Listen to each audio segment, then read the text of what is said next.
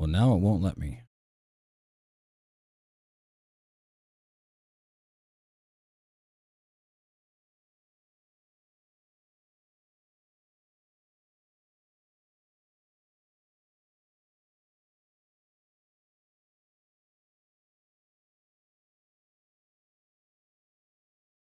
There we go.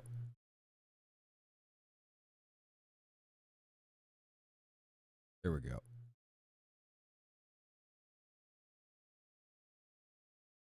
There we go.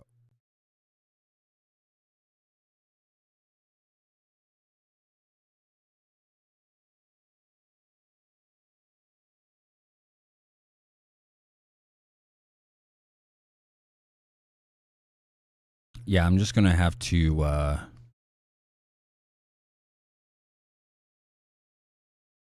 I'm gonna have to. Stop it before the music starts, or when the music starts. See, this happens. This is why I don't do live reactions anymore because of this kind of stuff. I'll wait for a little bit for you guys to get in here.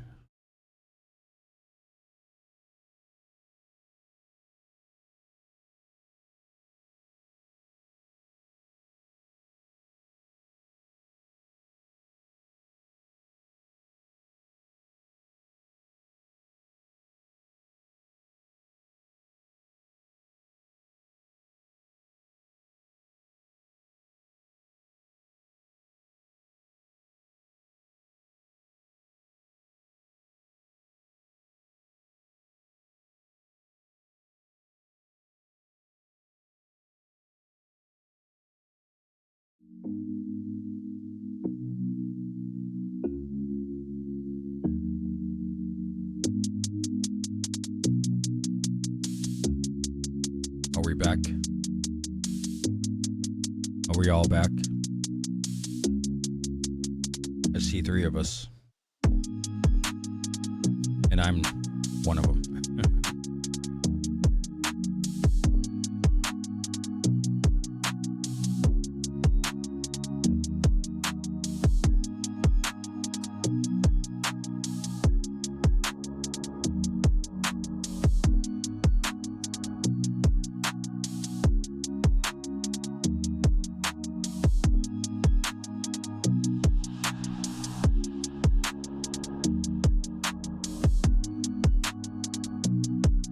We'll wait till the end of the song here.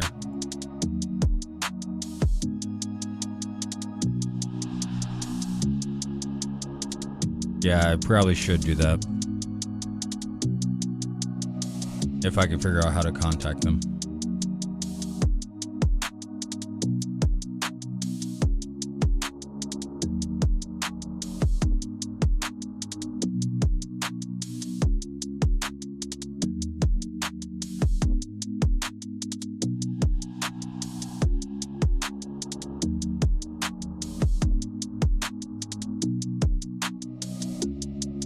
Anyways, I'll just start it.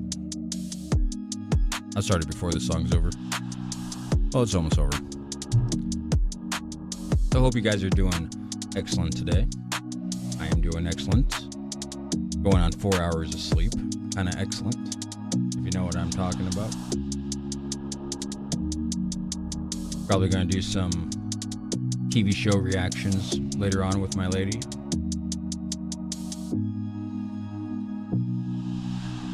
If you guys are interested in watching anything like that, Dirty and K, the letter K.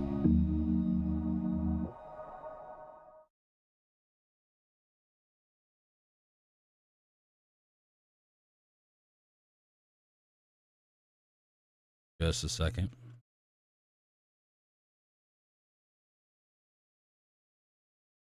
Bam. Pin that so I don't have to keep saying it.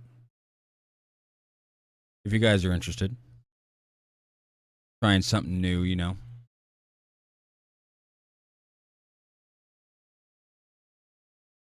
Well, not really a new thing, but you know, it's my second channel with my lady. All right, anyways. My therapist was scowling at my weekly anxiety and depression scores like a detective trying to crack a particularly stubborn case. There were no signs of improvement, and the scores followed no real measurable pattern that were consistent with bipolar. After nearly 2 years of talk therapy and taking enough medications to fill a pharmacy, he sat down with me and he dropped the bombshell that he didn't think that I had bipolar. In fact, he said that he didn't think that I had depression at all. And it was a very odd thing to be stripped of an identity in an instant. The reality was that a 20-minute in-and-out consultation 2 years ago led to 2 years of swallowing pills that I never needed and devoting so much of my time to managing the condition that I never actually had. The emotions inside me swirled around like a mismatched soup. On one hand, I was full of anger and I was bitter about the whole situation, but I was also hopeful that this new path could offer me the relief that I desperately needed. He told me he was going to refer me to an ME clinic in Bath. I'd never heard of it before, but instinctively true to character, I started researching it online as soon as I got home. Apparently, ME is the medical equivalent of a choose-your-own-adventure book, with tiredness as the only consistent plotline. There were no universally accepted reasons as to why the fuck it existed in the first place. It seemed it was largely accepted to be a post-viral condition, but that was all speculative because there were no clear consensus in the medical community what ME even was. The defining characteristic was a tiredness that wouldn't go away with rest. I could relate to this. In fact, I could more than relate to it. Here's a hot take. If you have a message inside you that people are meant to hear, it'll never make the impact that it truly Did 8 years, and it only was getting worse. I pinned a lot of hope on going to that first visit at the ME clinic. It was a 6-month waiting list, God bless NHS wait times, but I felt excited to be surrounded by people who would understand me, where I could climb out of this nightmare, but my hopes were pretty quickly crushed during that first visit. I remember walking into a space that looked like a disused classroom where a bunch of people on chairs were sitting around in circles like Alcoholics Anonymous. I could feel a sense of camaraderie and that we all felt like dog shit. We were all confused and we were all desperately wanting to feel better. I believe at the time I was probably the youngest in the group. The group leader waddled in and handed us all a booklet that looked like a school timetable. She then sat us down and told about this new revolutionary technique called pacing, where you write down and track everything that you do in the day, and then you do it less. And then with time, do it more again. The theory being that you have a limited bucket of energy compared to normal people, and you need to protect that and gradually push it. I thought this sounded pretty stupid, so I raised my hand. I told her about the pain in my body. I told her that my muscles twitched constantly. I told her that my bones ached. I told her that my mouth was dry. I couldn't focus. That some days they'd be without mercy and I'd be trapped in bed for the whole day. But the days that I wasn't, I wanted to make the most of it. I wanted to breathe the air and I wanted to live. She told me she understood it's hard, but she didn't really offer more than that. She just pointed at the booklet and told me to follow it. I asked her about things like heavy metal poisoning, about chronically reactivating viruses, about defective mitochondria, about all the things that I read that were linked to chronic fatigue, but she just raised an eyebrow, looked at me like I was a hypochondriac and told me she knew nothing about those things.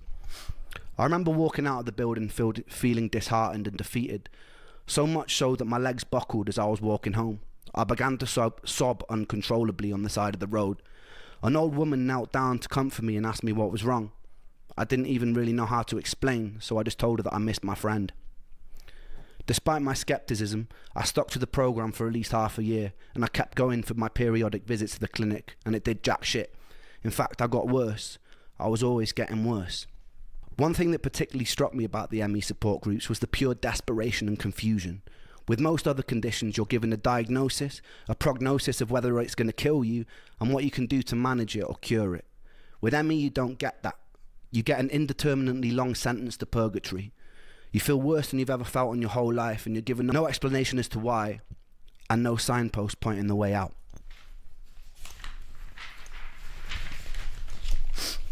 There was no selection bias to the people suffering. Members of the group were anything from esteemed ex-lawyers to single parents to former athletes. One thing I can say, these people were for the most part all extremely driven and collectively mourning their old lives. There's a stigma that because ME's predominant presentation of symptoms is tiredness, that its victims are just being lazy.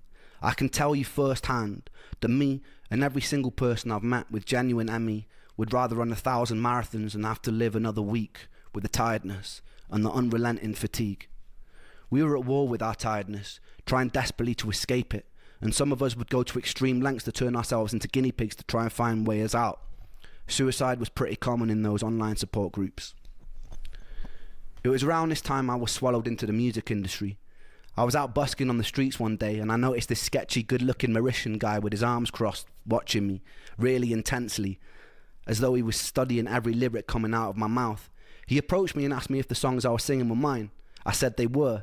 A big smile was painted across his face, and he told me he just finished recording Plan B's latest record, which turned out to be The Defamation of Strickland Banks, one of my favourite albums of all time.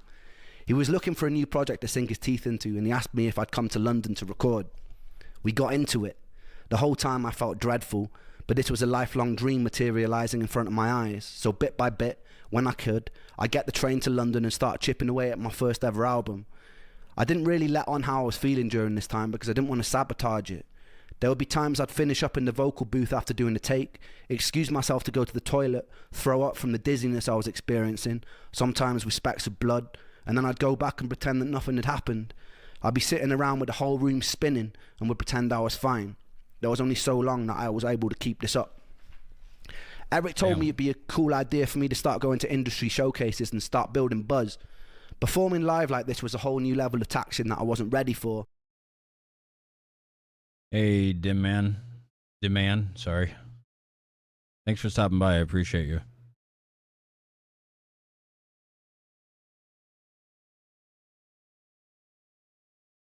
But I was so ferociously for, ambitious that I just ploughed through. The usual way it would go is I'd be in the back of Charlie's car, the whole world would be spinning, I'd be trying my best to sleep in it all day, parked up outside of whatever venue or pub it was in London, trying to conserve energy for the show. Sometimes I'd cry a little before I performed. My whole body would be burning. Then I'd brush it off and I'd get on stage and I'd perform as best I could. People would come up to me at the end, pat me on the back. I'd smile and pretend to be charismatic. Then I'd get back in the car and I wish I was in bed and have to endure a 3-hour drive back to Bath from London. There was only a few shows where I could keep pretending. I'd usually be trying to disguise the fact that my body was trembling through the fatigue and pain. Eventually I started crying mid-set. It became blindingly obvious to everyone working with me during that time that something was very wrong. I told Eric that I needed to take some time out. My plan was to live at home with my mum for a month maximum, get my energy back, and come and finish the record. That 1 month turned into 2 months, turned into 3 months, turned into 6 months. I'd pushed myself to total burnout. The distance led to me and that angel breaking up, in part because it was difficult to navigate a relationship when you have so much brain fog, and I didn't know what it was well enough to be able to explain it to her at the time. With a loud thud, I'd been jolted out of a Shakespearean storyline, I lost the record deal, and I couldn't get out of bed. My friends from Trick the Fox never really called to check up on me. It felt like the whole world was moving at lightning speed without me. I had this amazing opportunity right in front of me, and I was chained to the floor. I was alone, I was sick. I wished that my condition would get it over with and kill me, but it wouldn't, and it felt cruel that it wouldn't. It just let me rot in bed. The whole world would continue to turn, and I would rot. In the next episode, I'm going to tell you about a fight with a television and losing my anal virginity to an 80-year-old man. Stay tuned for that. What?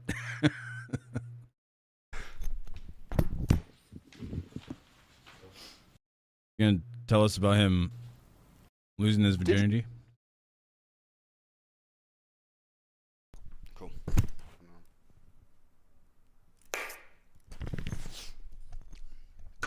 I do that too. During the year I spent living back with my Before mum, I was recording. leaning even more heavily into scouring the internet for answers. It became like an obsession. Most people my age were watching porn. I was on PubMed learning about mitochondria. I educated myself in things like methylation, the building blocks of mitochondria, various immune cells and their functionality, and which supplements could help theoretically bring about homeostasis in my body. I taught myself of the various pathogens that could lead to the symptoms I was experiencing. Around this time, I started ordering medical test kits from private medical facilities. I had a eureka moment when, after posting some poop in a tube to a lab in London, I discovered I had an amoeba and another more benign gastrointestinal parasite called Blastohominis. Both could plausibly lead to systemic pain and fatigue. Upon researching the best course of action, I found this doctor in New York who was a world-renowned specialist in treating parasites. Return flights to New York, booked far enough in advance, were a couple of £100 back then. The treatment itself was pretty cheap. I was in no way in a strong financial position, and neither was my family, so I did what I always do when I needed to get money. I wrote and recorded some songs from my laptop from bed. One about getting to New York to find a cure. I sold a modest amount of digital copies to my Facebook friends and my friends and family, just enough to afford a trip. During this time, my symptoms had gotten a lot worse, so the entire visit was a bit of a blur. I remember sitting in a waiting room and struggling to find an inch of wall space that wasn't taken up by the countless medical qualifications and the diplomas attached to it. I half expected the walls to start bragging about their Ivy League connections and debating the latest medical research while us mere mortals waited to be called in. When I was finally on the doctor's table, I was told to take off my clothes and put on a blue disposable paper robe. An old man in his 80s hobbled in, pulled on a medical glove, and proceeded to cover his finger in Vaseline. Okay. Is he going to go into detail of this? Or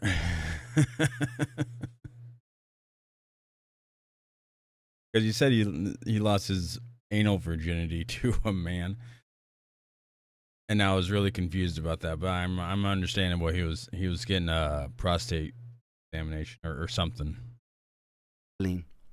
My heart sunk. I was pretty sure I knew what was coming next. I suddenly wished I'd experimented more with my ex-girlfriend.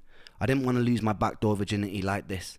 He could have at least done me the courtesy of putting on some Marvin Gaye and lighting some candles, but instead I lay in uncomfortable silence. Sorry, I gotta mute this. Man, I gotta mute this song.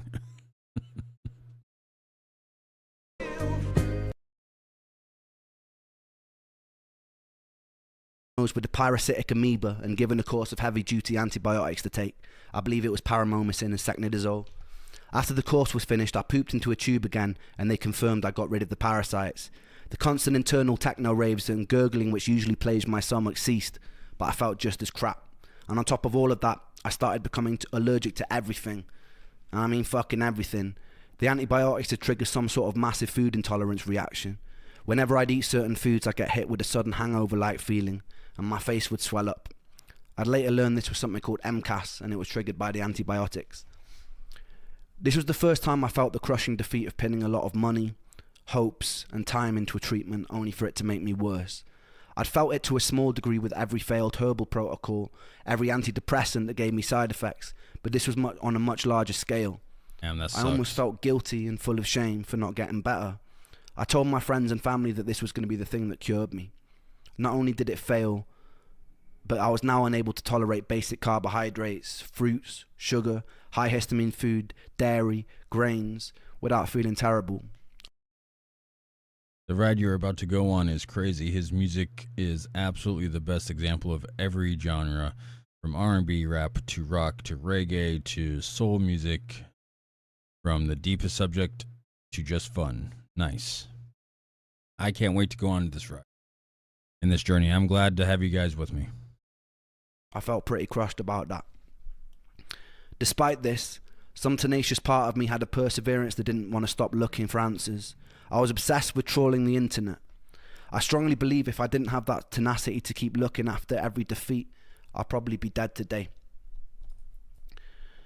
After about a year of living with my mum in North Wales, I got the itch, and I decided that I'd make a bold move to Brighton. Most days I didn't really have the energy to do much other than short walks, but I had a friend over there who lived with Emmy for years. It felt like a safe space, a place of understanding. Being a 23-year-old living with his mother didn't feel very cool either. He had a free room going, and he was a legend. I desperately craved my own independence. After going through the heartbreak of losing love and losing the exciting career opportunity, I needed to feel like I wasn't just sitting in the tomb in Wales waiting for death, even if it was a struggle.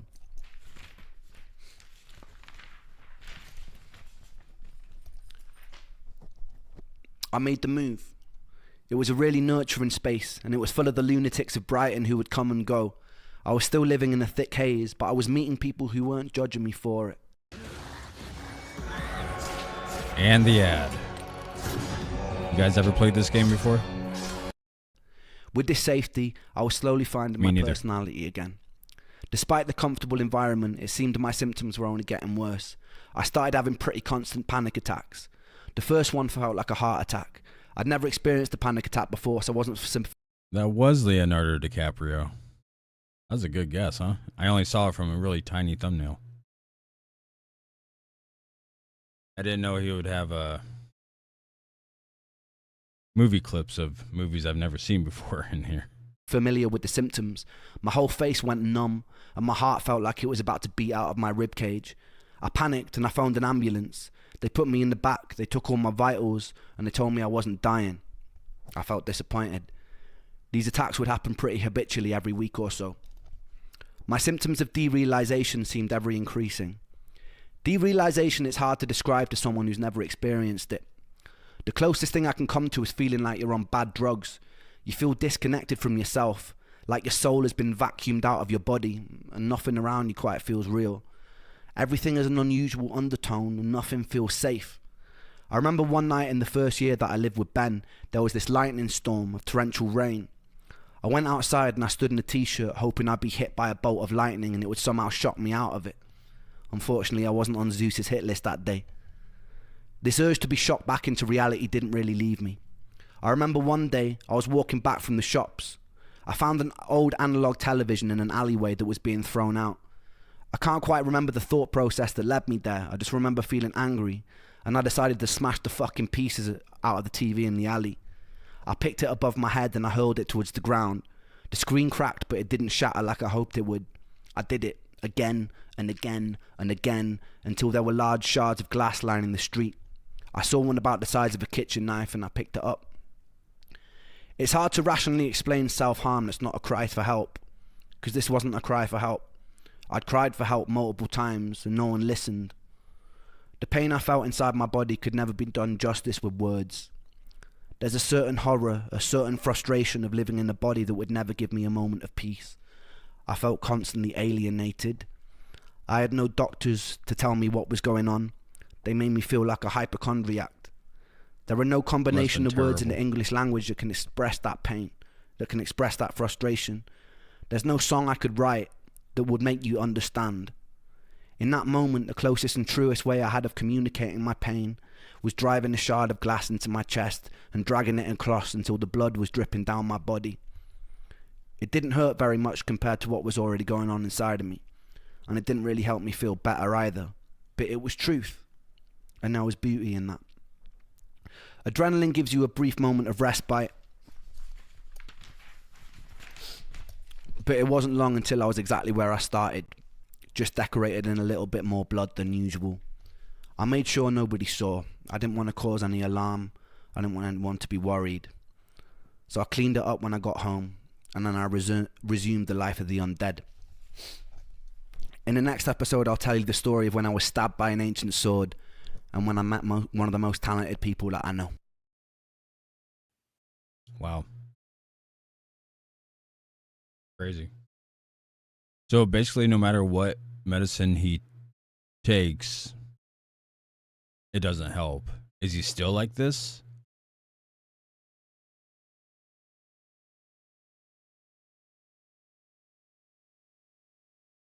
I mean, is there a cure for Lyme disease? Or anything? There we go. Hi, I'm JT and I made Result Hunter, the search engine for conservatives. Let me just tell you what it does. First of all, big tech. Don't care about search engines. I tried to cling on to music in whatever ways I could during the time I was sick. That's weird. Why would you have a search engine just for conservatives? What kind of like brainwashing, media manipulating search engine would this be? That's just weird. Search engine for conservatives because all the other search engines are just for Democrats. What? Cuckoo. Sorry. Anyways. Still has symptoms not cured. He has had treatments that help. Well, at least he has treatments, you know. I don't know if Lyme disease is curable. not sure. I tried to cling on to music in whatever ways I could during the time I was sick.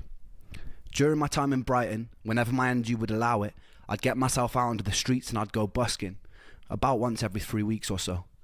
It was my second year in Brighton, and I remember one evening heading home with my guitar and my busking amp after a couple of hours of playing on the street. I remember hearing this amazing ethereal voice while heading through the lanes, and I saw that it was coming from this 16-year-old kid. I've always had a deep admiration and feeling of camaraderie for buskers. There's something about the willingness to be able to bare your soul to a street full of strangers that really moves me. I noticed that the kid didn't have an amp. He was singing totally a cappella, but you'd only hear him if you were within a few meters of him. I knew from years on the street and singing a cappella than myself that an amp can change everything. He went to Canada and he got treatment. Recently came back and is feeling better. He is going on tour in 2026. Wow. Well, I hope his tour goes really well. Is he going on tour? You know where he's going on tour? Is it in England, or is it a world tour, or specific countries? This compulsion to offer him mine. I approached him and I told him that if he plugged in and sang while I played guitar, the whole street would stop in its tracks. And I was right. His voice soared across the street and people started stopping. Not long after, we had the whole street's attention. Something quite magic was happening. This was the first day that I met Sam Tompkins, someone who would be integral to my whole life changing later on.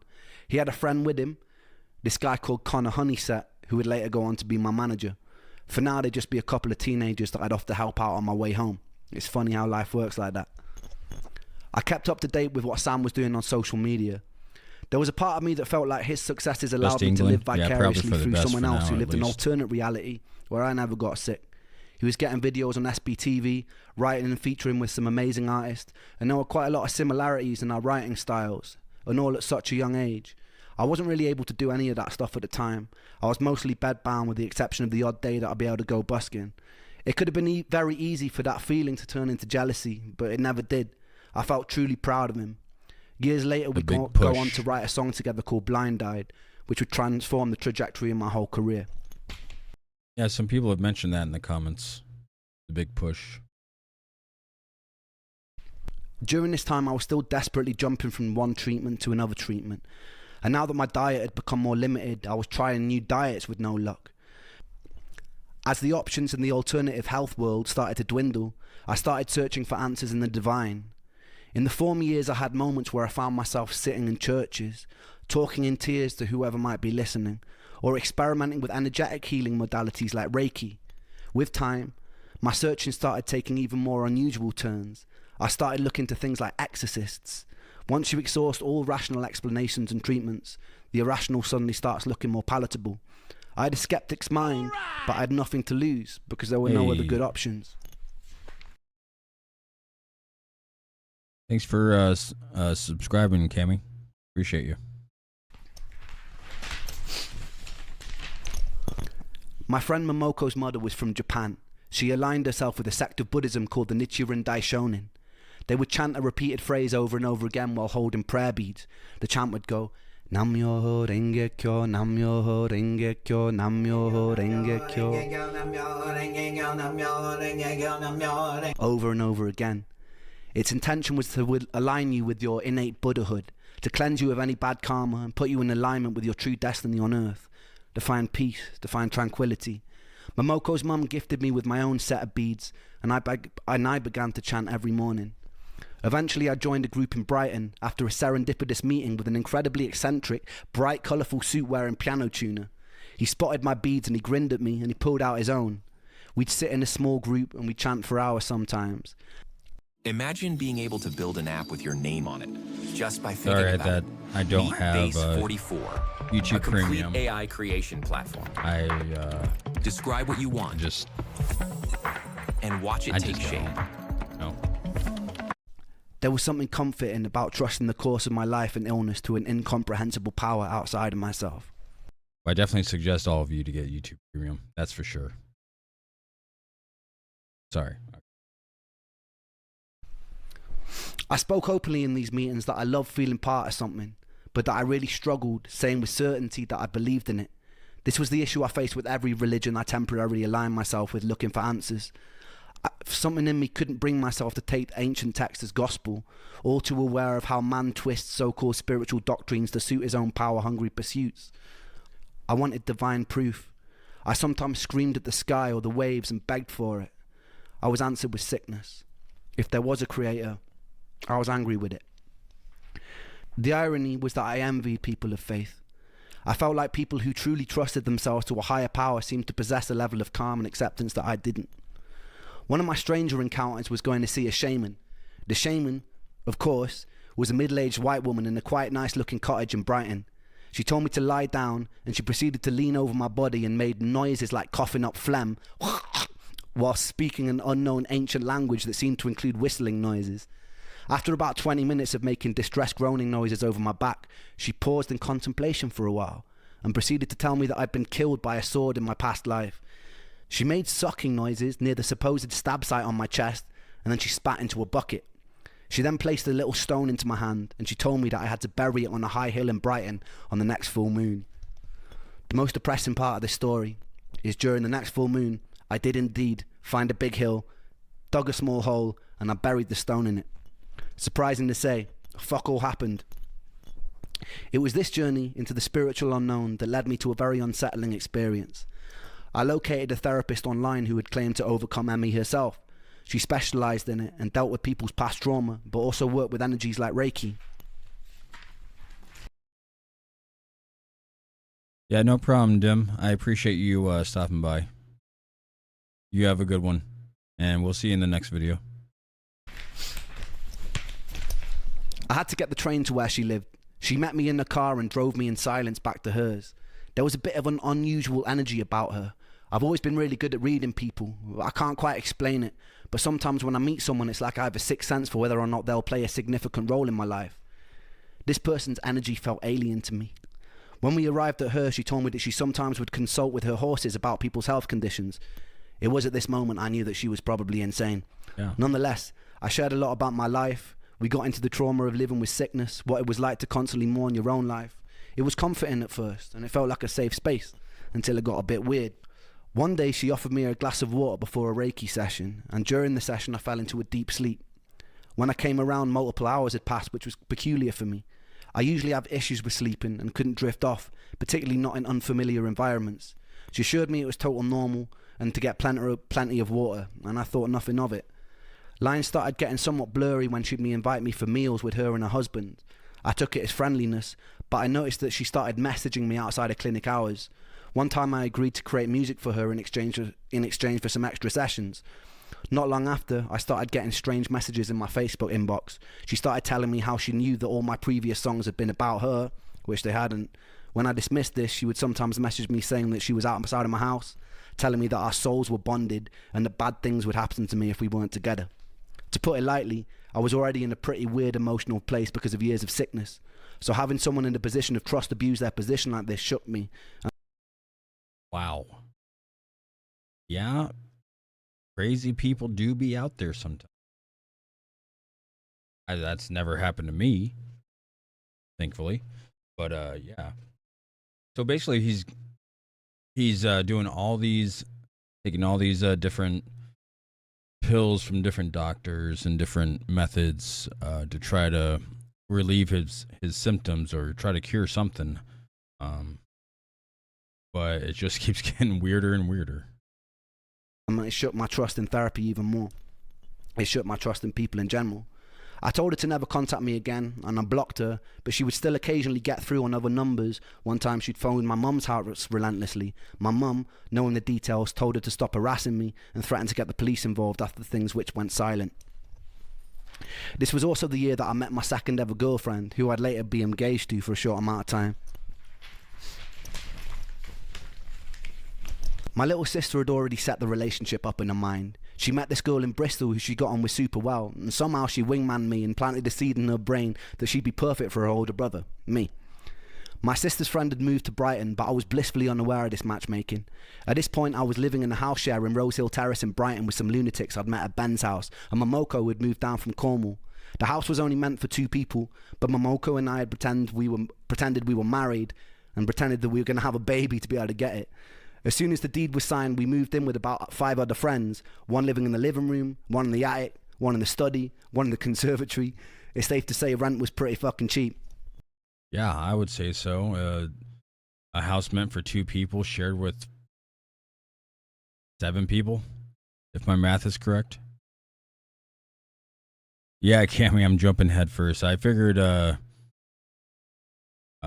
everyone's suggesting chapters, so I figured, might as well do a live stream and thank everybody for subscribing and get me over 15,000 subscribers, which is absolutely amazing. I'm ecstatic by it. I might not sound ecstatic because I've only had like 4 hours of sleep, but I definitely am very happy. So thank you all. And more Ren reactions to come. One night my friend Luke was throwing a party and she rocked up with a few of her friends. My sister had pretty good taste in girls and I had a crush on her instantly. At some point in the night we both ended up lying on my bedroom floor on a bunch of sofa cushions while about 6 other people were sleeping in various places in my room, one somehow in the upper compartment of my wardrobe. True story. She asked me to tell her a bedtime story and I made up the most unhinged story I could think of. By some sort of miracle she found my madness endearing and we ended up kissing a lot and staring into each other's eyes till we fell asleep.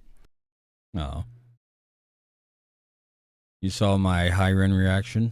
It was great. Well, thank you. I appreciate that.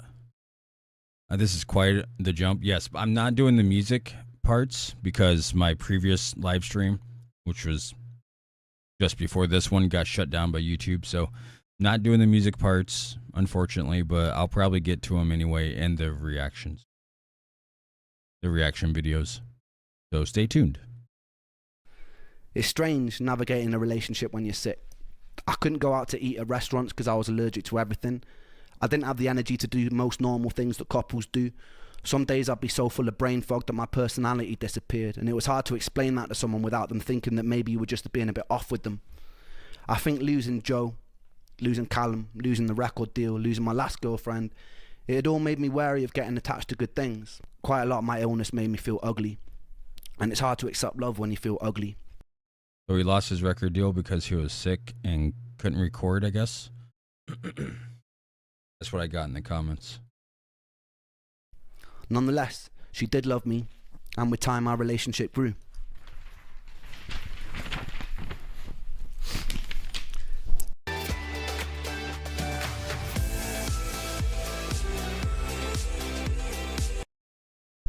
It was around this time I was contacted by a woman called Jennifer Breer. An incredibly inspiring woman whose journey seemed to parallel mine. She was an incredibly ambitious PhD student at Harvard who one day was struck down by a mystery illness that confined her to a wheelchair. She spent most of her life tirelessly searching for a way out. She was doing a Kickstarter to raise money to make a film called Canary in a Coal Mine. It would later go on to be renamed Unrest, and it would go on to win multiple awards, and it's still watchable on Netflix to this day. It's an incredibly important and very moving documentary about the horrors of living with ME. I recommend everyone checks that out. At the time, I started health blogging. I created a series of video diaries that I named Me versus ME. It would be a video document of my various trials with different alternative treatment approaches, and generally a look into the life of someone with a chronic illness. I didn't know it back then, but those videos would save my life. I guess I was occupying a place that was needed, as quite quickly many people in the chronic health communities gravitated towards my videos. Every day, I'd be sent messages telling the stories of the people who had fallen in between the cracks in the floorboards. There was heartbreaking stories. Stories of frustration and confusion. People mourning the people that used to be. Some who were new to this world. Some who had been there for decades. I tried to help them in whatever way I could. I tried to comfort people. In my own little way, I became somewhat of a spokesperson for the voiceless. I felt their pain like it was my own. This new pursuit gave me a sense of purpose that I desperately needed. Without purpose, I felt useless. I made a lot of friends, and I'd write to them on a daily basis. Some of those friends died. Some of those friends decided to take their lives, and they were wicked people. I talked to them a lot. It was this that ultimately made me decide to stop, but that wouldn't be until years later. Immersing myself in the horrors of this illness and trying to carry some of the weight for the others while I still wasn't strong enough to carry my own eventually took its toll. Jen Bria had found my videos and she asked me to make a song for her documentary. I was honoured. I wrote a song called Patience. Like Guns N' Roses, Patience? If I remember correctly, he had a record deal with Sony, but he got sick and couldn't continue. Yeah, that's a bummer. Man. To be this close and then just have it all taken away. It's crazy. Jen Bria had found my videos and she asked me to make a song for her documentary. I was honoured. I wrote a song called Patience. I'll leave you with a video taken at a time to finish off this chapter. I'll have to react to that one later. And I've learnt some lessons.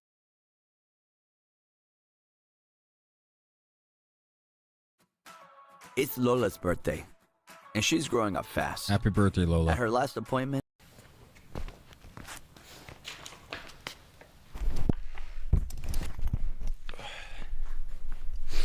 So basically, he's tried everything.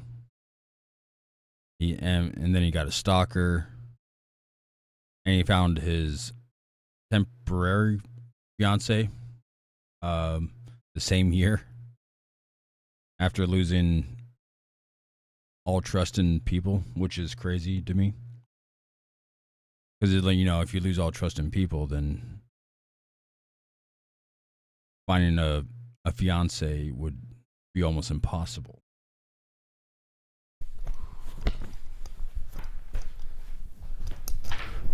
I'm going to try and hold it together throughout this one.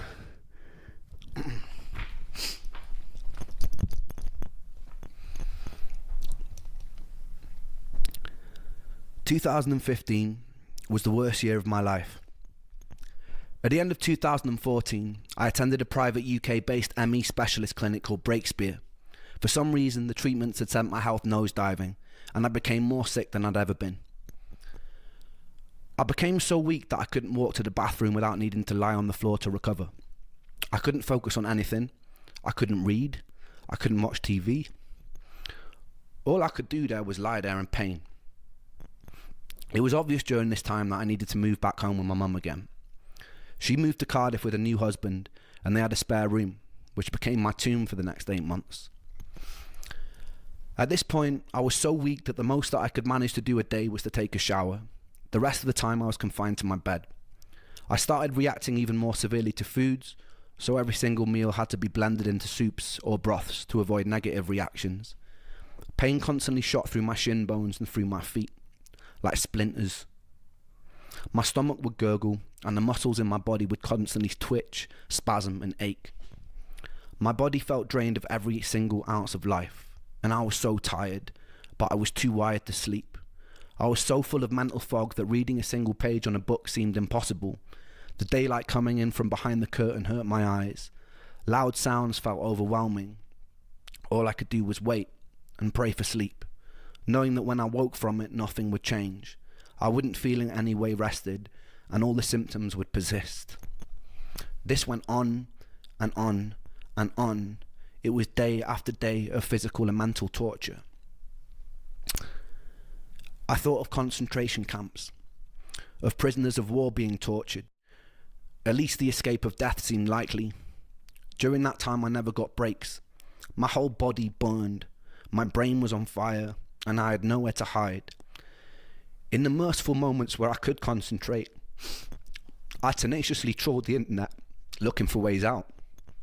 My research drew me to a procedure called a fecal transplant that was having success managing things like Crohn's disease or colitis. It had also gained success in some select cases of autoimmune conditions like MS too.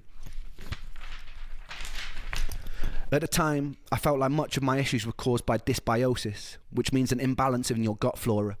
I noticed that all the food intolerances started after a large course of antibiotics for the parasite. I wondered if the parasite had wreaked havoc on my microbiome before I nuked it with antibiotics that worsened it further. Fecal transplants can introduce a whole host of probiotic bacteria into your gut, and it can re-establish a healthy homeostasis.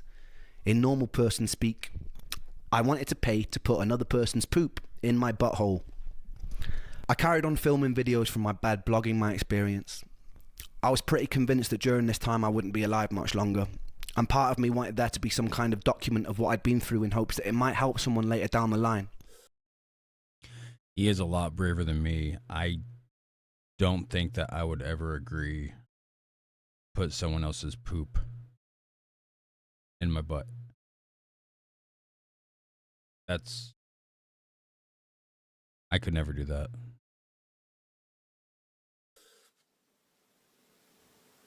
And if this illness does kill me, then I want this video.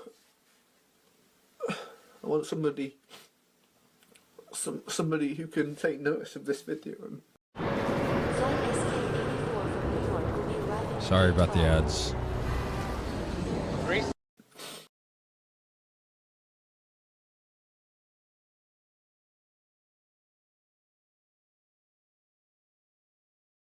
After this,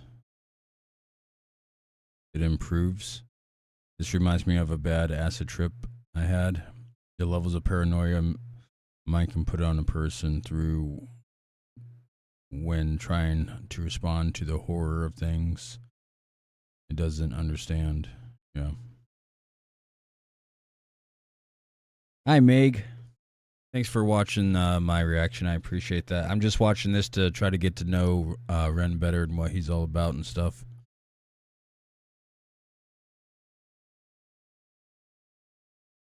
Yeah, but unfortunately I need to skip the music parts so YouTube doesn't take down my live stream. And do something with it. I had a fundraiser open to save money for the Thanks for fecal transplant, which was very slowly creeping up.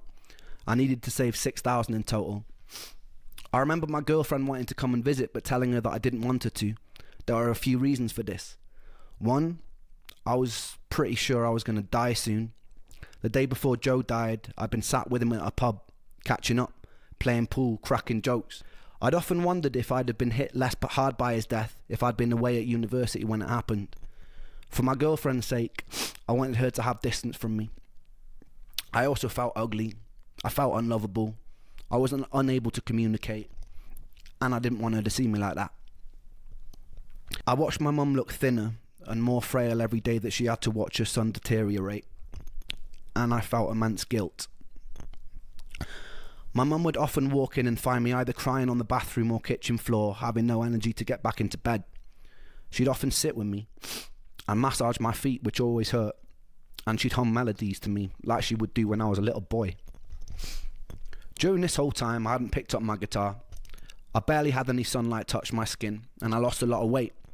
I was about 130 pounds at my lowest, about 8 or 9 stone, which for someone who is 6'1" is very skinny.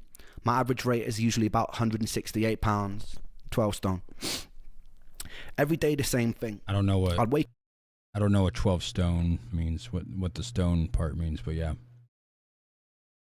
up in pain, eat a meal of blended vegetables thin. and chicken, lie with my eyes closed for hours while the world seemed to spin erratically, and I'd often cry as the bones of my legs felt like they wanted to grow out and burst out of my skin.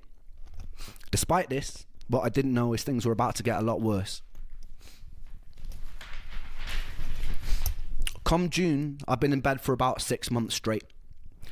I've regained some energy to leave the house every now and then to go shopping for groceries with my mum, and I've finally reached my target for the fecal transplant, and my mum drove me to the clinic to get the procedure. Everything seemed to go as smoothly as it could for such a bizarre experience. I received a colonic irrigation, which was like a car wash for your colon. Actually feels pretty good. They then proceeded to put someone else's excrement in my behind. They would repeat this process for 5 consecutive days. When I got home, I realised I felt a little odd, almost manic, and I was hopeful that this meant my energy was coming back. But it wasn't a nice feeling.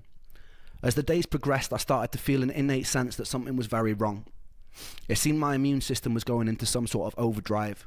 My brain was buzzing, and the more time that passed, the more uncomfortable I felt.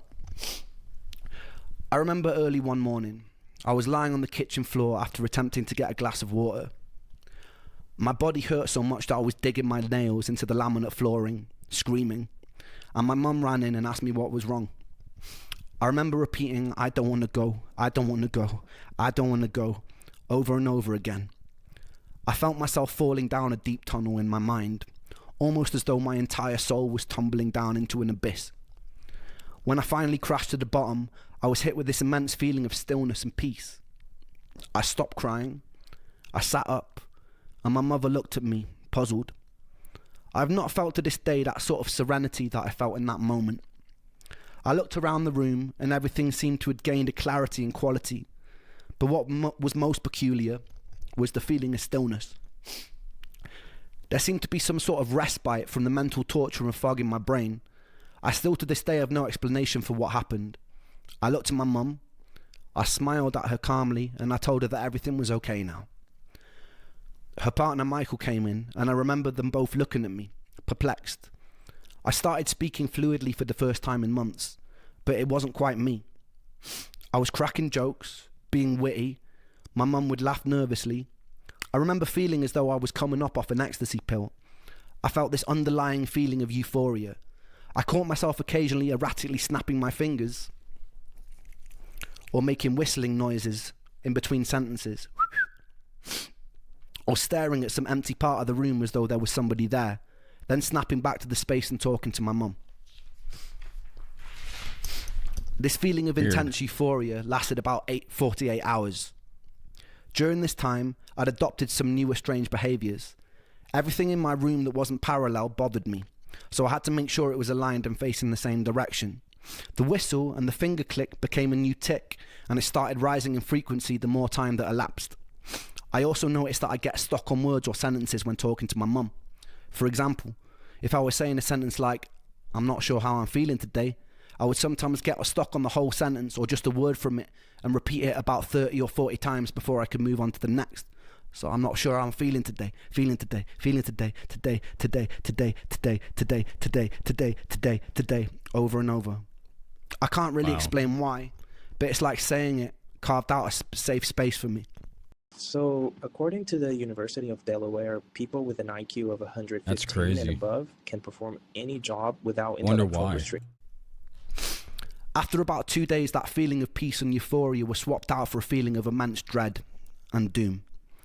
I felt fear fill my body, unlike any fear that I've ever felt. I'd often wake up in the early hours of the morning screaming at the top of my lungs, a torturous scream that would fill the whole house, a scream like my legs were being sawn off.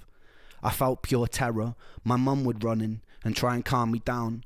Sometimes I'd be thrashing, hitting the mattress, pounding the walls.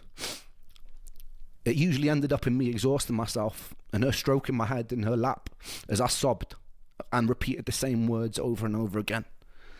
Everything in these moments terrified me. The compulsion to make everything parallel became a necessity. Whenever I was in the kitchen or car and the dials were facing the wrong way, it taunted me. My mum started taking me to a weekly talk therapist in hopes it would stop me from killing myself. I did catch myself researching the most painless ways to do it. I often daydreamed about death, and it made me feel at peace. At this point, intense paranoid delusions started creeping in. I wondered if what was happening to me was demonic. I don't remember how I got there, but I remember one time speaking on the landline to someone who claimed to be an expert in dark magic. He told me that being around my mum was bad for me. He told me that she was bad. He told me that I needed to do a ritual with black wax candles in order to free myself. I remember ordering black candles from eBay, and when they arrived I had a change of heart, and I decided against doing this dark magic ritual. Sounds like that guy on the phone is full of shit. I fell asleep that night, and I woke up the next day to find the candles totally melted onto the white mantelpiece that they were on. They'd never been lit. I still don't really know for certain if anything of these things happened, but the melted wax was definitely real. I remember picking it off with my nails. There were moments that my rational mind knew that I was hallucinating. Sometimes in the night I would hear perfect string quartet symphonies with no sound source for them to be coming from. I remember one time my mum took me with her to the post office because during this time I'd rarely been left in the house alone. I remember the lady behind the till reaching for some sellotape. As she tugged on the tape, it sounded as though it had been amplified 1,000 times. It was deafeningly loud. I ran out of the store crying and shaking, and I sat in the passenger seat of my mum's car, rocking back and forth, where she found me uncontrollably sobbing, repeating the words, I can't, I can't, I can't, I can't, I can't, over and over again. My paranoia grew. I boomeranged between thinking I may have been latched onto by some demonic entity, and I became suspicious of even my own family, to thinking I might be part of some sort of twisted experiment, where a group of observers were seeing how far they could push me before I snapped and shattered. My irrational mind concluded that if I start behaving in unexpected ways, I might confuse the people conducting this experiment, and they'd shut it down. I'd sit in my own bed manically grinning in response to the jolt of pain in my legs. I'd say things to Mum and Michael which made no sense at all. This all seemed to be leading up to a very unusual day. I can't quite recall the details of how it happened because it was quite tricky to tell what was reality and what was not. But from what I remember, I was in a car with my mum parked outside a supermarket, and I'd put my laptop on the roof of the car while I'd helped her with groceries. I'd forgotten it was there and she drove off. It wasn't until about an hour later I noticed and I started panicking. My laptop had on it hundreds of songs from my time in Brighton. Oh no. It was all I had really to show for my life. I was already in such an emotionally fragile space that losing that felt like some sick, torturous joke. We drove back and searched every place it could be with no luck. As we were driving home, my mum pulled up at a junction and something in me snapped. I got out of the car and I ran away from it. I convinced myself this was still part of the experiment, because what else could explain that sort of luck? Once I got far enough away, I proceeded to strip off all my clothes, and I lay in the middle of a road staring up at the sky, laughing in hysterics. This was the opposite of how one should react to losing their computer, and so it seemed like the perfect way to confuse my observers. With time, the police showed up, as did my mother. By some miracle, she convinced them not to take me in or section me, and by a further miracle, they also relayed to my mum that a dented laptop had been handed in an hour earlier. I took this as meaning my experiment had worked. I eventually snuck off as my mum was talking to them. I wandered slowly around this unfamiliar village until I encountered the second angel I would meet in my life, this time in the form of a black homeless man. I'm not sure how we got there, but as I was walking, I turned to my side, and a man dressed in tattered grey clothes was walking beside me. He asked me what was wrong, and I explained the best I could the events of the day. I explained that I'd been sick a very long time, that I was tired, so tired, and that I just wanted to be better. A new state-of-the-art avatar model is here, and it captures emotion like never before. Turn any image into a talking... That's insane. I honestly don't know what I would do if I was in his position. I really don't. It's hard to tell those kind of things when you're not actually there, you know? But it's good to hear his story. It's almost done. We have a couple more chapters to go. The homeless man paused. He put his hand on my shoulders and he stared into my eyes. His eyes had a light grey tint. They were almost white, and something about his presence made me feel incredibly safe, incredibly still. He smiled, a kind smile, and he said to me, "Everything's going to be okay, Ren." And then he vanished. I hadn't told him my name. I never hallucinated anything after that day. I have no real explanation for that day. I chalk it down to a psychotic episode or stress-induced hallucination, but the events which followed put a lot of questions in my mind. What he said to me was very simple, but also very needed.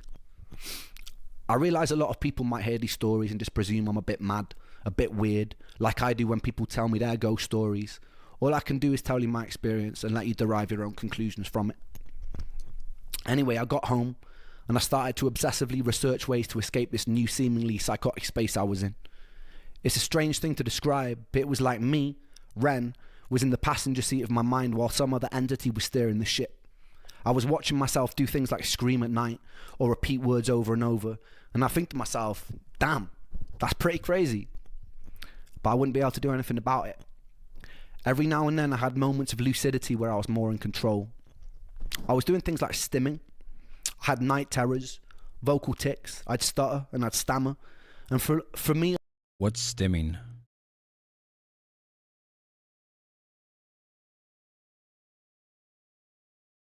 I don't know what stimming is. Moments of lucidity where I was more in control. I was doing things like stimming. I had night terrors, vocal tics, I'd stutter and I'd stammer. And for me, a lot of that lined up with some sort of transitory or stress-induced autism. I'd known a family with an autistic teenager, and some of the behaviours seemed to line up, which led me to a new pathway of online research. I came across this support group for a subset of children with autism called PANDAS, P-A-N-D-A-S. It was believed that these kids had the neurological infection of the Streptococcus bacteria that was causing these autistic-like behaviours. I was presenting with some similar behaviours. These kids would do long courses of antibiotics and their symptoms would diminish or disappear, and they'd be seemingly normal children again. I speculated that the fecal transplant introduced a whole host of new bacteria into my gut, but that I didn't have the immune regulation to be able to control it, and it had sent my entire system into some sort of inflammation overdrive. I researched the most effective antibiotic for Streptococcus, one being penicillin, and I convinced my mum to take me to the doctor, where I faked a stomach bug. I lied to him, and I said I'd had similar things in the past, and that penicillin cleared it right up. He reluctantly prescribed me a 2-week course of antibiotics because I was so persistent. I got home and I started the course. Initially I felt fucking awful, somehow even more tired than usual, and then towards the end of the course I noticed a definite shift in my energy and comfort. By the end of the course, my psychotic behaviours had disappeared and my energy felt a lot better. I stayed indefinitely on various herbal antibiotic supplements like oregano oil at this time, having learned that this was also active against certain pathogenic bacteria. Keep in mind also, I'm just going off script right now, keep in mind if I'd have followed the advice of most of the doctors that I'd seen at the time who were talking to me about my psychotic behaviours, I would have probably been put into a mental facility and medicated with medication that I didn't need, and would have probably gotten a lot worse. So it was very lucky that I took no one tells you that antibiotics can treat psychosis, and these antibiotics did actually treat my psychosis. And I was no stranger to the placebo effect. I'd taken everything, it wasn't placebo. It didn't matter. After about a week, I'd finished the course, and some of my more familiar symptoms like fatigue and pain started creeping back again. But that didn't matter, because what this whole experience had taught me was that the origin of my sickness was in fact bacterial, and it was pathogenic. The biggest thing it taught me was I could actually do something about it. I was no stranger to the placebo effect after years of trialing different drugs and supplements. This wasn't placebo. I took to the internet again and found a world-renowned specialist over in Brussels who was also leading a lot of the cutting-edge research for ME. I got on the phone and made an appointment. He was booked up for the next 9 months, but that gave me enough time to save money. The antibiotics and new herbs I was taking had also given me a new lease of life, and the hope for a cure made me more determined than ever. I started having enough energy to go on walks, which was huge for me at the time.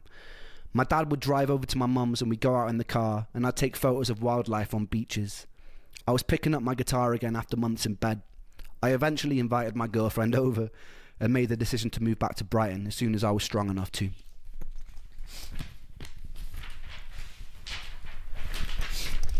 It was around this time that I started working on the album Freckled Angels. I knew that the future tests weren't going to be cheap. I pulled together some old tracks from the days I was working with Sony, and I got hold of Eric and asked his permission to release them, which he graciously granted, so thank you, Eric. I then pulled together some newer material and compiled my first ever album from my bedroom. In those days, I had no real way of promoting myself and no energy to do shows, so it was mostly to be listened to by my friends and family. I named the album Freckled Angels after Joe. Joe was covered head to toe in freckles, and it seemed fitting to dedicate this work to one of the coolest and funniest people I ever knew. Any ounce of energy I did have from my limited reserves, I'd pour into recording that album. Yep. It's by no means a work of art, and it's a bit thematically disjointed, but some songs like Crutch or Pocket Full of Pain went a long way to photographing that time. I'm going to leave you with a recording of Pocket Full of Pain. Back in those days. Enjoy. And of course I can't play the recording because of YouTube being really strict on live reactions to music. So,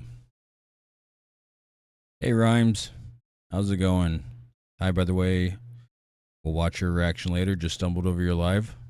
Oh, weird. You stumbled over my live before the reaction? That's crazy. Enjoy the rabbit hole. It's tough at times, but so worth it.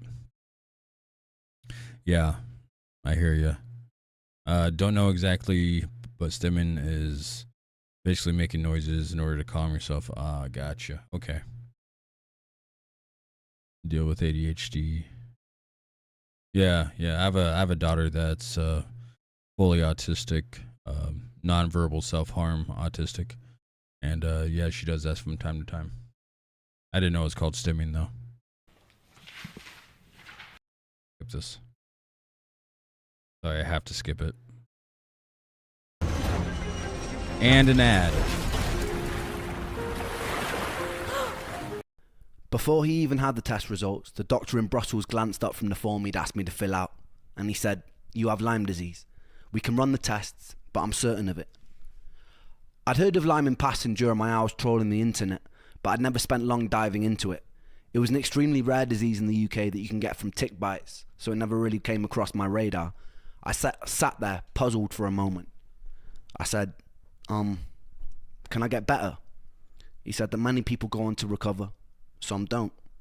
Right.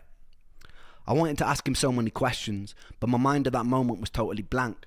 The test results eventually came back, sure enough, positive for Lyme, and the co-infection Bartonella. But I appreciate you being here. And yeah, definitely subscribe so you can watch my reactions. Along with many other biomarkers which suggested... They're a lot more... I talk more, I guess, in my videos than I do on my live streams. So I'm just listening to this. You know, I'm not really trying to talk during it or anything like that. Even though I kind of do that during the reaction, so I apologize about that ahead of time. But, you know, I'm just trying to get to know Ren here since I reacted to one of his videos. You know, just to understand him and his music and everything else, you know, before I continue on down the rabbit hole. Autoimmunity and immune dysfunction. My whole life, I'd been waiting for this moment. To have something printed on a piece of paper that showed that I wasn't actually fucking crazy. That I could shove in the faces of anyone who'd made me feel like a hypochondriac or like a head case. But when the moment finally came, I felt numb. It was hard to rejoice. I had the lingering PTSD from the psychotic meltdown the year before, which made it pretty hard to break into the realms of happiness. Instead, I did what I always do. I got home, and I took to the internet, and I researched the best ways to escape. The summer that I got sick, I spent 2 weeks camping in a small festival in Dorset. One night, me and friends decided to climb a nearby hill to build a bonfire in the woods. On the way there, the fields were full of long grass and deer. 3 people, all my age, who all attended that festival came down with ME or fibromyalgia-like symptoms over the course of the next year. One was a friend of the family who was shut in a dark room for years because the light would be too intense for him. Before that festival, he was bursting with life, a successful capoeira dancer, reduced to a zombie. Lyme disease seemed to be as much of a medical labyrinth as ME was. On one side, there was a whole host of specialists who believed Lyme bacteria becomes chronic, evades the immune system response, can sometimes evade testing, and leads to debilitating symptoms unless treated with a long course of antibiotics. On the other side were doctors who claimed that Lyme can't persist. It's easily treatable with a 2-week course of doxycycline, and further symptoms following that must be due to an autoimmune response triggered by the Lyme, or perhaps an unrelated, undiscovered cause. I educated myself as best I could on all theories, trawling through research papers on PubMed, conversing people in support groups, often contacting leading Lyme scientists via email or phone to ask them questions.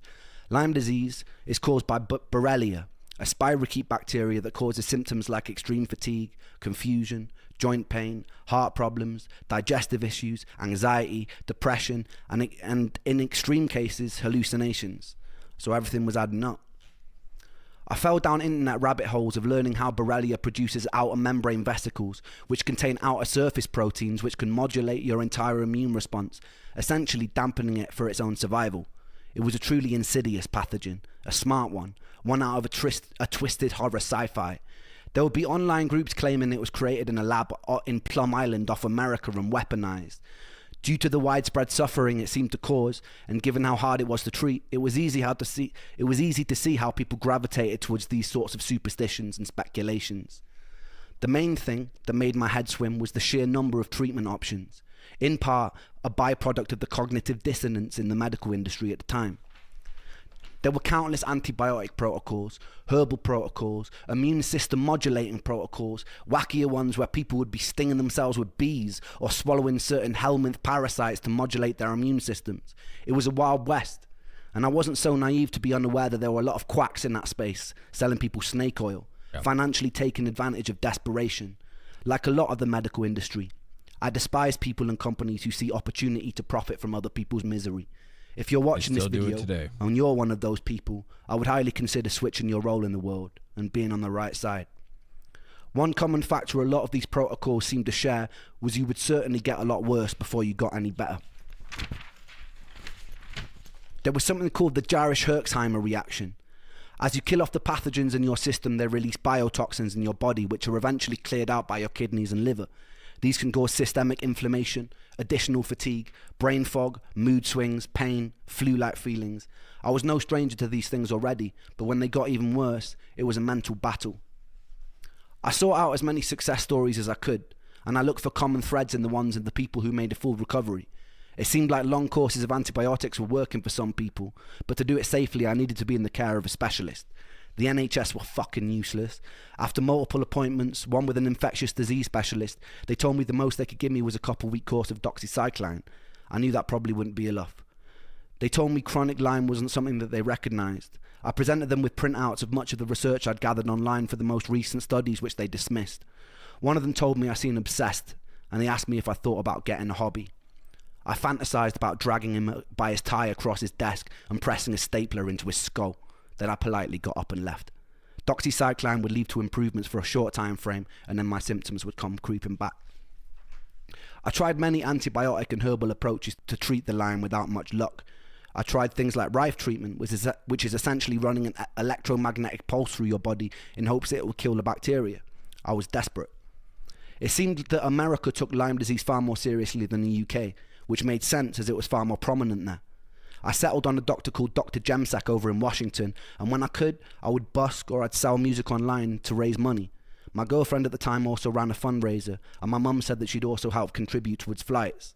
It's not easy being sick and broke, but somehow we made it work.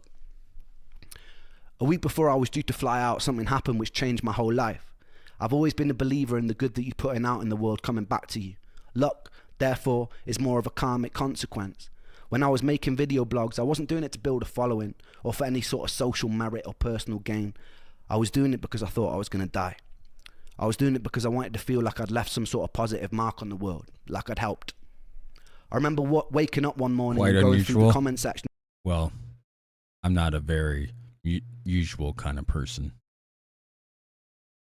I will say I'm you'll get to know that I'm actually pretty weird.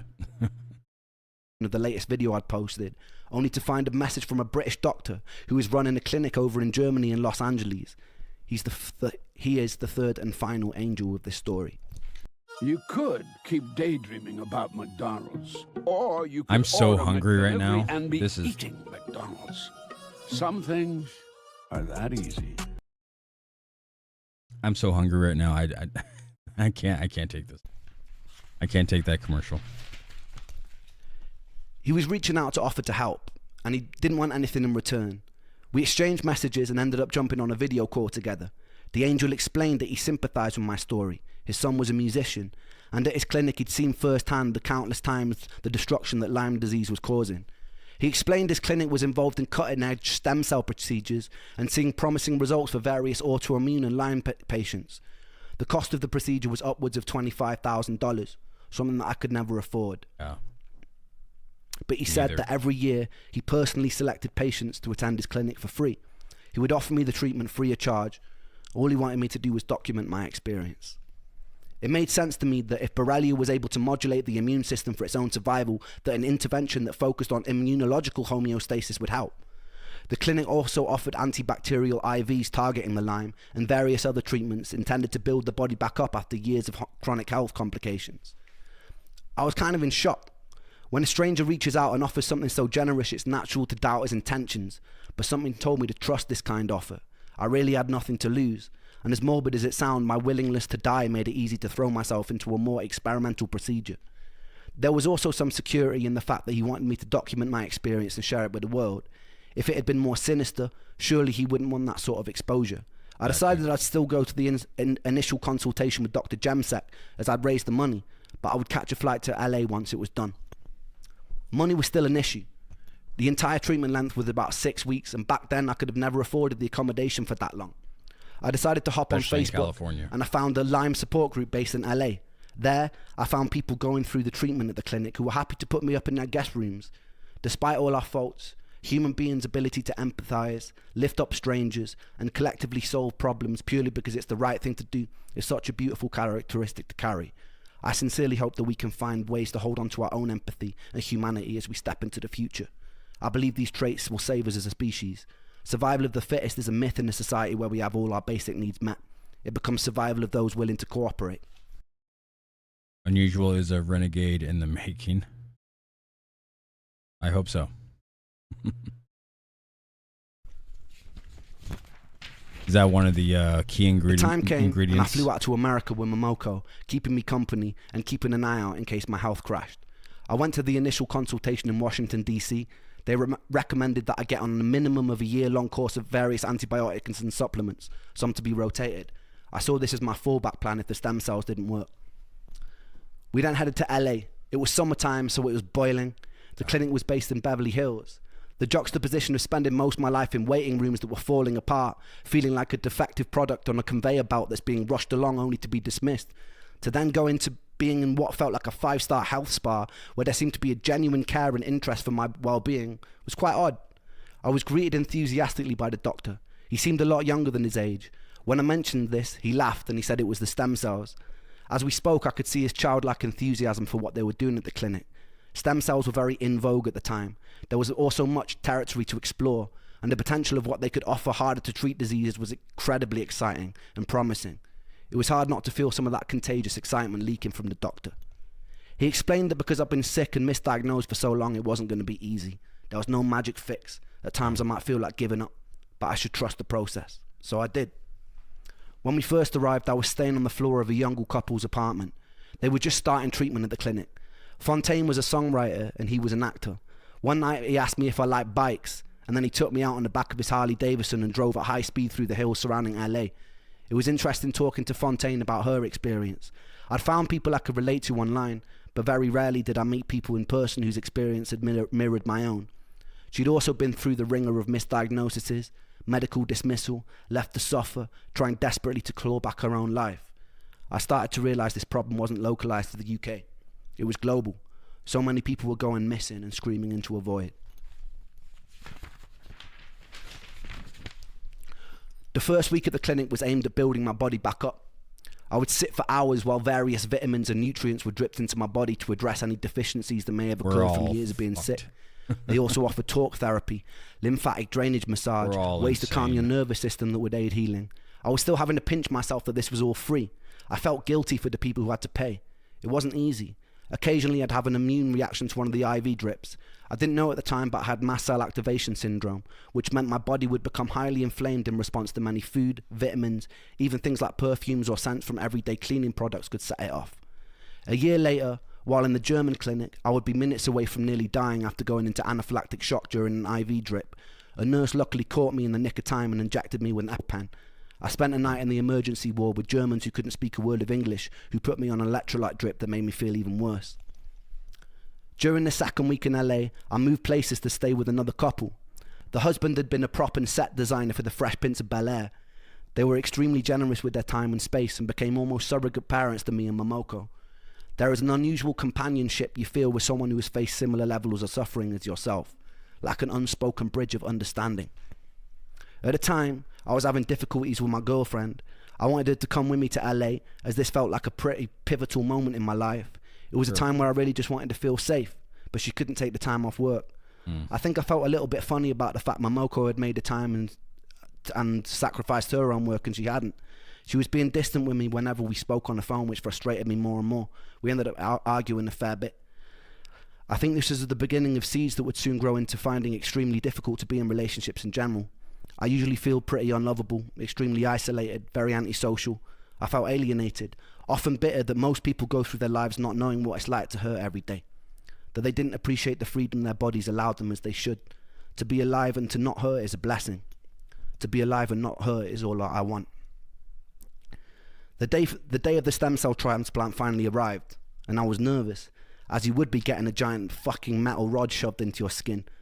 The doctors offered me an anti-anxiety med, and I was never one to turn down free drugs. With autologous stem cell transplant, they take cells from your own fat, centrifuge them, and then do some magic science shit and then feed them back to you in an IV. To acquire these cells, they have to do liposuction. The issue was I was already skinnier than a shadow on a cloudy day. They would usually take the fat from the stomach, but as I had virtually no body fat, they had to go in through the back near my coccyx. They spent about 20 minutes sawing away at your insides and separating your muscle from fat. Then they inject you with a liquid that breaks it down and they suck it back out, fresh for the stem cell harvest. There's a video of me drugged up and laughing as a needle as big as my forearm gets rammed into my back.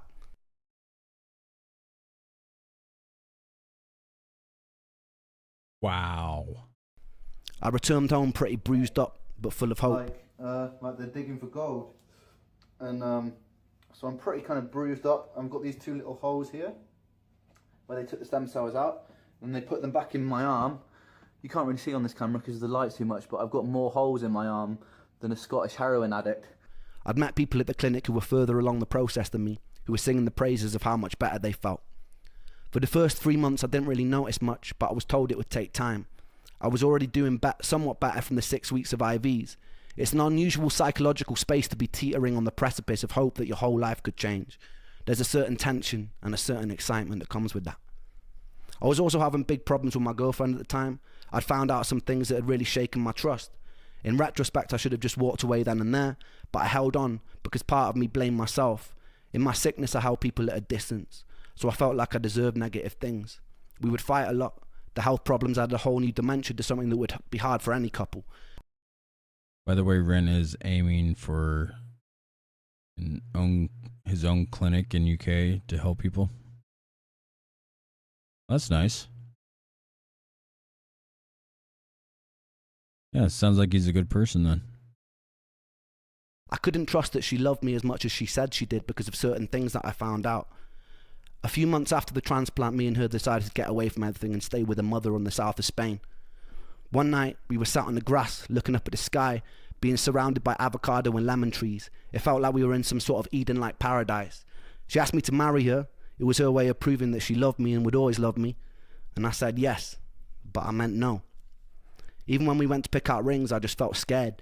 I lost the ability to trust love. I don't fully blame her for that. She was an awesome person trying to navigate a complicated situation. I blame my sickness. My sickness was an inseparable from me, and so I blame myself. After about a month of being home, she sat down with me one day and told me she decided to move to Australia for a year. She told me it wouldn't change anything between us. I had my doubts. Despite the additional stress in my life, something amazing was happening. About 4 months after the stem cell transplant, I noticed the desire to leave the house. I noticed more colour in my skin. I joined a gym that was a 3-minute walk from my house. I started working out for the first time in years. Music started pouring back into my life. I was singing more. I was producing more. Nice. And this was all leading up to my favourite chapter so far.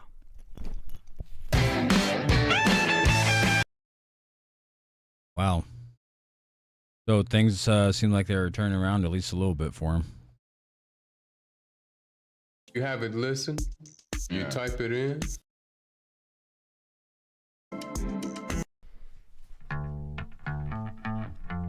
That makes me happy. This is the last chapter, I believe, chapter 8. This is a music video. 16 minutes. It just must be a music video at the beginning. Sorry, I'm gonna skip this little part. Oh, it's not that long.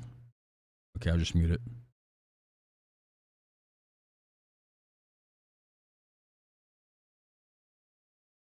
Oh, it's part of it's a movie clip or a music Before, video. I've been sat in the same cafe with a Polish man. My friend Luke had put me in touch. Me and my girlfriend had decided to move into separate houses in hopes it would fix our crumbling relationship.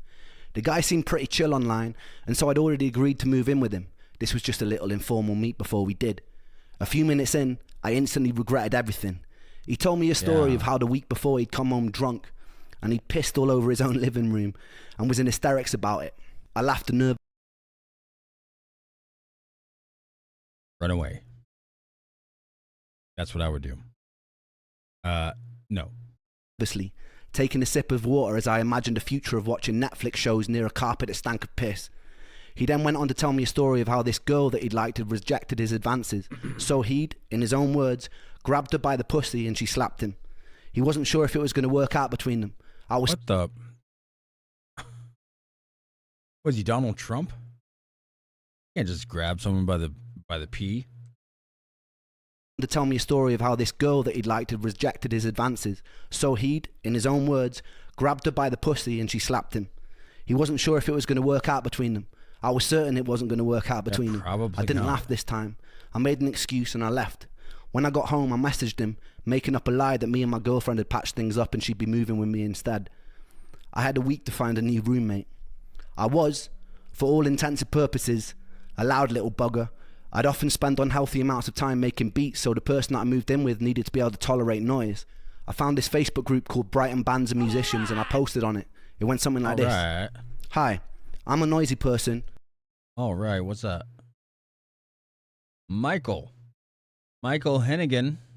Hey, thanks for subscribing. I appreciate you, bud. And I'm looking for another noisy person to live with. Entered a Frenchman. He'd moved from France in hopes of kick-starting his music career. He was working in the restaurant and busking on the streets whenever he had time. He was, for the better part of the word, eccentric, and at first I couldn't quite place him. The bar was set extremely low by the carpet-pissing sex offender though, so the Frenchman could have probably told me he was part of an extreme terrorist organisation and I'd probably said, "Great mate, when can you move in?" The house was only meant for two, but in true cheapskate style we found a third housemate called Tom, who was probably one of the funniest people I've ever met. Tom would go on hour-long rants about how Nicolas Cage is the world's best actor. I said, put the bunny. I mean, he's good, but I think I could. And he makes a compelling case too. I don't know. He does have some pretty good roles. That Frenchman was Romain Axiza. He'd go on to form a band called The Big Push, and he'd become one of my closest friends. The second week we moved in together, it was his birthday, so me and Tom decided to gaffer tape about 50 baguettes and bunches of garlics to the walls and ceilings to decorate. It was 2016 and political correctness hadn't come into full effect. He still didn't think it was very funny. My energy was only improving during this time, although progress was slow. The doctor had recommended I do a second transplant to speed things up. I returned to LA for the second time with my close friend Saran and went through the motions again. Eventually, I'd switched to their sister clinic in Frankfurt, where I entered one of the more unusual periods of my life. Yeah, I kind of figured The UK that has out. border regulations on certain medications and supplements. Some I shouldn't have been taking Was it like back a with movie me. or something? I remember fashioning a hidden compartment in my Movie suitcase clip. where I would smuggle IV bags full of various nutrients and What movie is immune-modulating this? drugs over the border. I did this a few times. One drug, Filgrestrim, was often given to AIDS or cancer patients with low neutrophil counts. On my tests, my neutrophils were always outside of range on the lower side, so the injections would theoretically raise them. The issue was I was still broke. I don't think the doctor realised how broke. I was meant to pay for private nurse to administer the drips, but I couldn't afford it. So without telling the doctor, I taught myself how to administer an IV watching YouTube tutorial videos. Oh, wow. First, it was very messy. I messed up a lot of veins trying to get the catheter to stay in.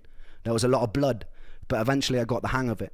I'd be sitting in the living room watching One Punch Man while an IV bag dripped slowly into my veins, and day by day I got stronger and stronger.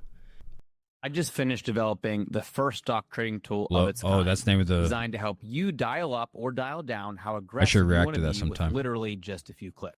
The issue was I started That reminds me, if you guys are interested in TV show or movie reactions, I did start a second channel just recently called Dirty and K. It's pinned up at the top at the link. Feel free to check that out and subscribe for TV show reactions. Hopefully I get the time to do that tonight. I don't know, it's good. It is getting kind of late. It's like 9 p.m. Noticing my food intolerance is getting worse. The stem cells had improved my pain, energy, clarity of thought, but it worsened my ability to tolerate food, something I later learned was caused by MCAS, or mast cell activation syndrome. Some other stories also started circulating online groups of people getting far worse after the stem cell transplant. I can't say that this didn't shake me. As more time elapsed, I learned of legal cases that were opened against the clinic for malpractice. The clinic in Beverly Hills eventually shut its doors. It was hard to know how to feel about this. The doctor had been my saving grace. He'd pulled me out of a half existence, but I could see where people's frustrations were coming from. As the clinic grew in popularity, I think its resources became stretched and its communication became worse. Nonetheless, that man will always remain the third angel in my tale, and I'll always be grateful. Wow, so some people it's hard for me didn't have a good experience with that clinic, and they sued him, so he closed the door. That's crazy. I'm glad that didn't happen to Ren here. Nonetheless, that man will always remain the third angel in my tale, and I'll always be grateful. It's hard for me to definitively recommend stem cells. I believe it's a gamble. Some got worse, but they did actually really help me. They didn't cure me, and some of my symptoms got worse, but they allowed me to be an active member of society again, and that was huge for me.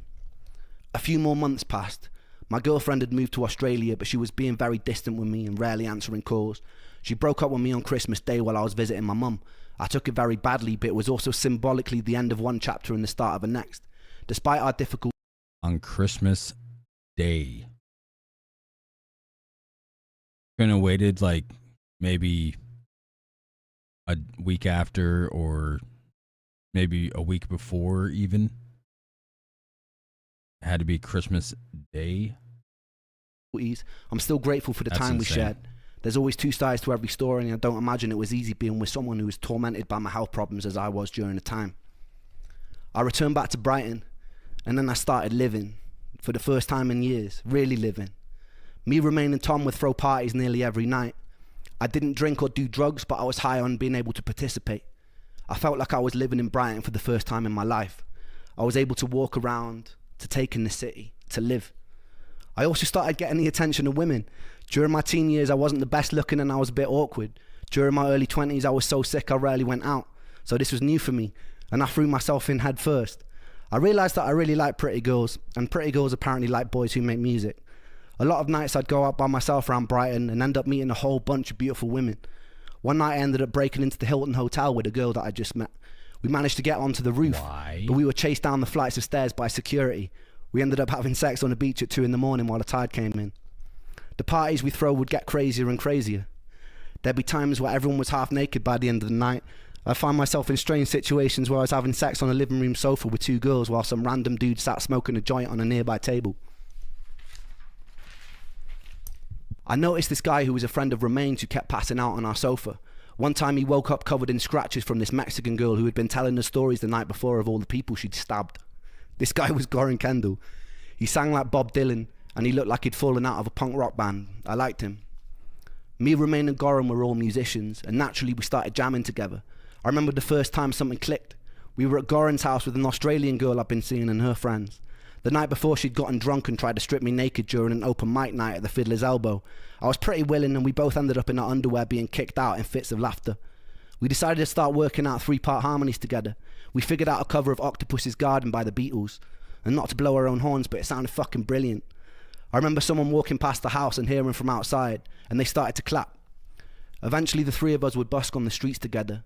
We all busked separately, so it made sense. Back then, I'd occasionally drag a kick and a snare drum out with me in a wheelbarrow, and I'd drum while Goran and Romain played and sang. We would always have people come up to us and they'd ask for our band name, and we never had an answer. We came up with this genius idea of forming a band. Genius. One of us said that we should be called the Three Hats because there was 3 of us and sometimes we wore hats. One of us said, nah, that's shit. Eventually we settled on the Big Push and we got tighter and tighter. As my energy increased, I was able to do more and more. We play about 5 nights a week in various pubs and bars in Brighton for shit money. On Saturday we'd get out onto the streets and go busking. There was just one problem. I was proper shit at drumming. The universe eventually provided us with a handsome bearded Irishman and everything fell into place. I loved those boys. We were in truest sense a rock and roll band. We got banned from playing at a few venues because we'd occasionally get carried away and break a bit too many things on stage. I got a lot of bills for microphone stands or charges for paint jobs where I'd sprawled the Big Push over the walls in permanent marker pen. Life was a bit like a movie. My ambition at the time wasn't to be in the greatest band of all time or to have any kind of success. I was just so relieved to be alive and play. so every day felt like a victory. Nice. Despite this, I was still carrying a lot of symptoms with me. The pain in my legs never stopped. The buzzing in my feet never relented. My vision was still blurry. I'd still get days where I was so foggy that it was hard to communicate. One day after a gig with the Big Push, being overstimulated triggered a very temporary jolt back into psychosis, and I found myself lying on a table in the pub, repeating the same sentence over and over again for about 10 minutes, while surrounded by a very concerned group of onlookers. I came to, in tears, and I quickly left in embarrassment. If I didn't stick to my diet of about 5 different things, I'd be trapped in bed again, but it was okay. I was willing to hurt if it meant I could participate in life again, and I intended to live the fuck out of it. Forbes called us best online for options trading. Investopedia, best for I'm guessing options at that point trading. he's in his later 20s. How old is he now? I'm guessing like he's in his like what 30s or something. This beautiful Spanish girl one night after playing at a local pub, and I fell instantly in love. She had this beautiful blonde curly hair and was wearing dungarees, and I was enamored with her from the first moment that I saw her, and she didn't make it easy, which made me like her even more. I'd write her poetry, invite her to shows, and attempt to be funny. She knew me as the local slut, which didn't really make things very easy, but with time she could see that I genuinely cared about her, and I did, a lot. One time we snuck into a cinema together, and I proceeded to climb onto what I thought was the stage below the screen to put on a show for her as she sat alone in the aisles cheering. What I didn't know was that stage wasn't a stage, it was a 6-foot drop. I confidently put my feet on thin air, and then I fell, smashing my face onto the corner of a railing on the way down, seeing a flash of white light, and regaining consciousness with her rolling around in fits of laughter on the floor. 35. She was intelligent, creative, unusual, and beautiful. I carried a lot of trauma with me into that relationship. Relationships generally didn't feel safe for me. She was briefly diagnosed with BPD, which later turned out to be a misdiagnosis, and I had major trust issues from my last relationship, which had grown into commitment issues. About 8 years old. It was a bit of a recipe for disaster, but we loved each other very intensely and very dysfunctionally until we couldn't. I wish I'd been able to surrender. It was a bit Sid and Nancy, very dramatic to say the least, and I won't get into it for her sake, but it was beautiful, and I loved her very much. It taught me a lot. I learned that the echoes of the past had shaped me into something that I struggled to be. I envied the people who could jump into relationships and feel safe or content. I wondered if it was because I had to watch my mum and dad fighting till their marriage crumbled when I was a kid. If it was because I'd learned as a child that I had to be independent because external love was inconsistent. I wondered if it was because I'd been too late to save Joe. I wondered if it was because I was forced to live most of my adult life in isolation. I wondered if it was to do with my past relationships. I didn't know, but I felt confused and I felt angry with myself. I knew I wanted to surrender to love, to feel truly worthy of it, but every time I tried I feel discontent and unsettled, like the security of love was something I wanted to escape. The thought of ending up in a white picket fence house with my perfect family felt like prison. After 8 long years of being tethered to a body in pain, I wanted to be liberated from any sort of attachment. Any sort of predictability of the future after a life of torturous monotony made my stomach feel like I'd swallowed cinder blocks. When I felt someone's love, I had to fight the urge to run and keep moving, but paradoxically still desperately wanted to be loved. And I loved to love. And I loved her. That discontent was something that stuck with me, and it hasn't made relationships easy. Around 2008, I promised what follows. Okay, he's wearing a Nebraska Cornhuskers jacket. I don't think I can be a fan of Ren anymore because I absolutely, completely despise that team. Just kidding. But I do despise that team a lot. Before this moment, I kind of surrendered to the fact I probably wouldn't have a career in music again. I was doing it for me. I was doing it to celebrate being alive.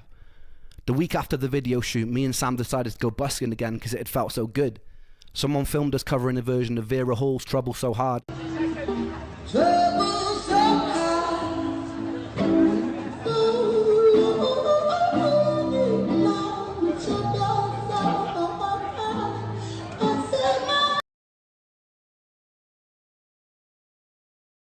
Sorry, I had to mute it.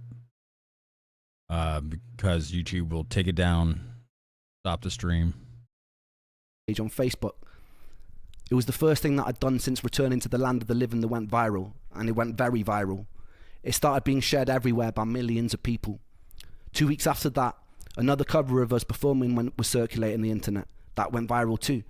By the time we released the busking version of Blind Eye, the internet went crazy. My social media following started exploding. People like Elton John were talking about us on the radio. People would fly in from all over the world just to watch us perform on the street. By the end of summer 2018, we were shutting down entire high streets because of the volume of people coming to watch us perform. There was something magic about the synergy of me and Sam that stopped people in their tracks. We were being tagged in videos from all over the world of people listening to Blind Eyed. People were listening from war zones, from rocket launch sites, from deep in jungles. It was surreal, and it was incredibly affirming. It was a second chance, and I didn't think I'd get a second chance. The shared out with Sam was special. Glad you can get a second chance. A lot happened after that. More love, more heartbreak, more health complications, more healing, more setbacks, more parties, more medications, sold out shows, frustrations with the music industry, betrayals, theft, friends lost to addiction. My health would take me on more journeys into foreign countries, #1 albums, awards, a pandemic, meeting idols, making money, losing money. But I'll save all that for another time. It's fitting that this story ends here. Trouble So Hard by Vera Hall has always resonated with me very deeply. She was the daughter of a slave, navigating a hostile 1940s America, something I'll never be able to relate to. The pain and simplicity of the line, "Don't nobody know my troubles but God," was one that seemed universal to all struggles. And it was a line I was always deeply connected to. If there is a God, I want to thank you for giving me the resilience to be able to sit down here and to tell my story today. I hope it's far from over, and I hope that this is just chapter 1. Thank you, everybody, for giving me the space to share my story with you. For everybody still in the dark, trust, hope, and dare to dream that you can get out of it too. I love you all, and thank you for supporting me like you have. Very nice. Well, that was chapters, videos 1 through 8 that we just did. That was pretty cool. I feel like I know him and his situation a lot more now, and kind of wish I know you guys said, wow, jumping from Iron to chapters, a chapters live stream. Well, after watching this, I kind of wish I would have watched this before I even watched High Ren, because it would have made a lot more sense. Anyways, that's probably all the time I'm going to have for today for this live stream and everything. Unfortunately, the live stream did get taken down, but I started this one right away again. I know a lot of people didn't come back, but that's okay. They can watch it later. They probably just got busy or something, or didn't know I was going to restart it. But yeah, this was fun. This was very insightful. I feel like I know him better, and I can't wait to react to even more of Ren and his music journey. I got to catch up on some stuff, but oh, gotta hit the like button. All right. Well, I'm gonna get something to eat. It's like 9:30 p.m. and I haven't eaten all day at all, anything. So I'm gonna go get something to eat, and I might make a TV show reaction. Not sure yet. I'll have to see once I get out there. If you are interested, again, the link is pinned in the chat. And yeah, it's Dirty NK. And if you're not subscribed to Dirty 10, do that too.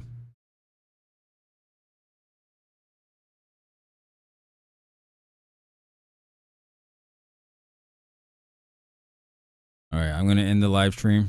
Thank you guys for being here, supporting me, and push me over 15,000 subscribers. So this live stream was my thank you to you guys for getting me over there. I know there's a lot of different viewers that subscribed for the different bands I've reacted to, but you guys are the ones that pushed me over. So I appreciate you all, and I will see you guys in the next reaction. Later.